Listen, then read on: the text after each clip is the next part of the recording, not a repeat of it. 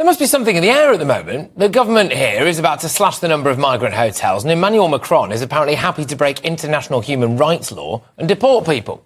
Robert Jenrick, the immigration minister, has said that the government will close 50 migrant hotels and channel migrants will be put in shared rooms at motels instead.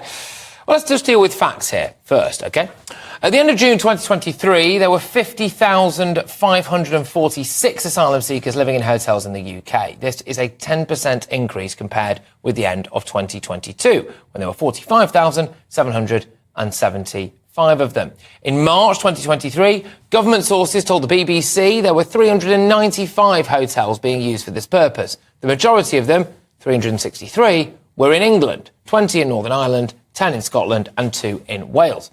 Between April 2022 and March 2023, the government spent about £2.3 billion on hotel accommodation. But now, as of today, channel migrant crossings are down 30%, believe it or not. So well done for getting the numbers down. That's a result, and Rishi deserves a lot of credit. So does the weather and the wind direction, though, but well done, Rishi.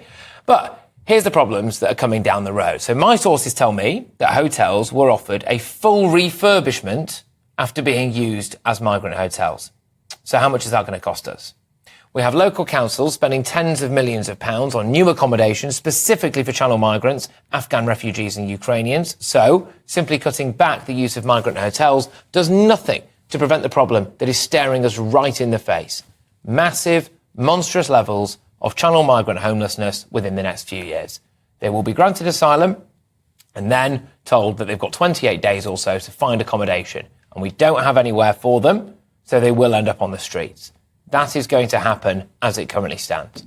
The saviour in all of this, however, could be, remarkably, Emmanuel Macron. He is reportedly considering ignoring the ECHR and getting people deported. Now, apparently, foreigners served with deportation notices will be held in detention centres for up to 18 months. People who have a criminal record or who are on an intelligence watch list will be biffed as well.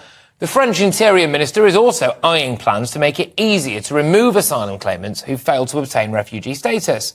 He's also looking at refusing residency permits for individuals who are unable to speak French and those who support radical Islam. Great stuff. If France gets seriously tough on illegal immigration, then it deters people from coming to France, which deters them then from coming to Britain. If France ignores the ECHR and deports people, then that means that we'll be more likely to do the same thing, won't it? This is a win-win. It is, of course, a total admittance, though, that people who wanted stronger borders were actually right all along, and a group of overly idealistic, naive, sopping wet liberal idiots made decisions that essentially ruined a continent while demonising ordinary, patriotic people.